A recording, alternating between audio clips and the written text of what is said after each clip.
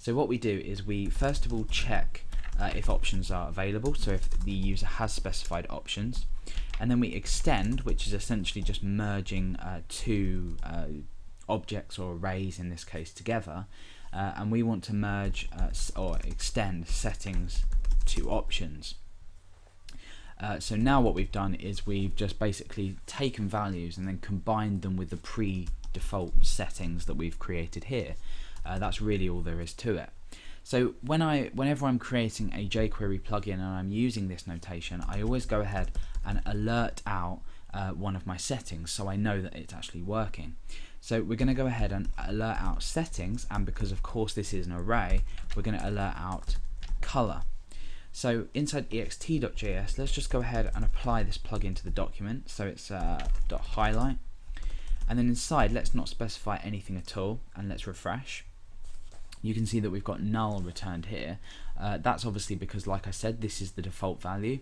I haven't supplied any sort of options or settings inside of here, therefore null is the predefined or default value.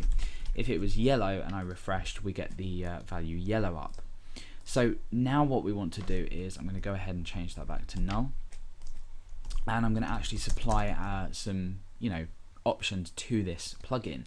So let's go ahead and type in color, which is the name of my option. Remember over here, the name of my option here, and color is going to be yellow. So now that I've actually supplied it, we have this if option, so this equals true. We extend it in, and then this takes over this value. So now when I refresh, you see we get yellow. If I was to go ahead and inside of here specify this as red, or red rather, not read, and refresh, you can see we've got red. So we've now successfully passed this parameter or this setting to our plugin. So now what we can go ahead and do is use this.css, and we can set the background color to settings color, because we've already echoed this setting out, so we know that it works. So we can go ahead and use CSS to set the background color in this case. So let's go ahead and refresh, or let's go ahead and specify color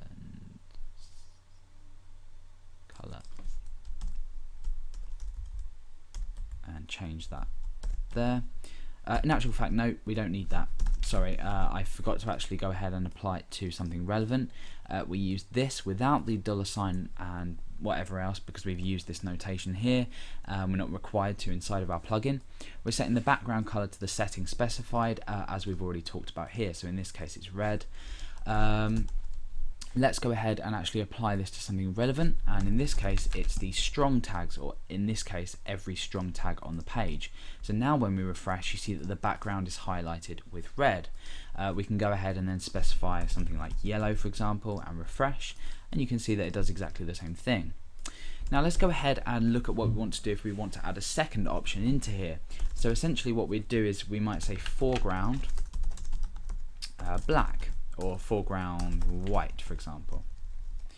So what this would do is we're supplying the first, which is the highlight color, and then the foreground color we can do as well. So let's go ahead and modify our plugin. I'm going to go ahead and pull this down here, and I'm going to comma onto the end of here, and I'm going to say foreground null. So by default it's nothing. Let's just pull that down a little bit more. If options, this line we don't need to change because we're still extending the options given to our predefined setting array. So we're extending them settings to our options. We're then saying this.css background color is settings color, but now we can again say this.css or this.css color, which is obviously the foreground color in CSS, and we can supply foreground from our settings. So we've quite easily added in another option here, which is foreground, and this won't take effect just at the moment, but if we go ahead and specify foreground, let's say red in here, you'll see that that's transferred through to our plugin using the foreground option there. We merge, and then we use this settings array to change the color using CSS in jQuery. So in this tutorial we've learned how we can obviously create our function, which you should have already known, I guess, if you're watching this from the other videos.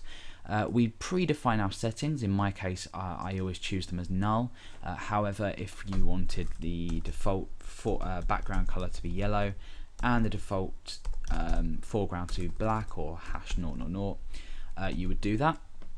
And then we merge the settings with the options that are given, so we can then use them, use the user settings, and we use this array to access each one.